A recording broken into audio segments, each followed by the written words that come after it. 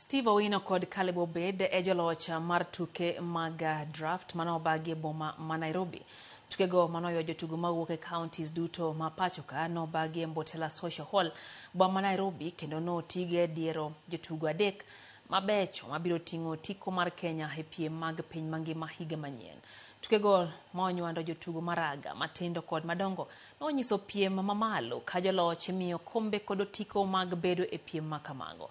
Tukego ne gin mogik mar season ni kama jotugo nonyiso yie margi mar bedo gi season makare higa manyien.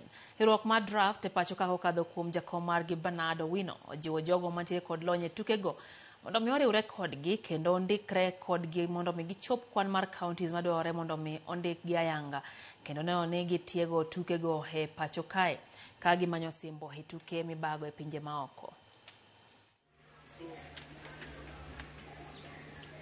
Hii tournament ndio the last tournament hii mwaka ya kufunga mwaka tunaita Nairobi Open.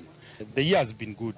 Tunaweza sema mwaka imekuwa mzuri. Tumepeleka players America, tumepeleka players Italy under the support ya Ministry of Sports.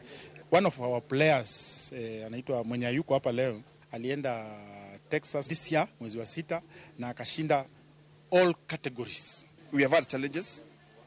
And the biggest challenge that we have is that we're in the process of registering, but we are yet to meet the threshold of having around 22 counties out of the 47. So that is our priority number one for next year. So for next year, number one, we need to register the federation. Number two, we must participate in all the international events, both in Europe and Africa.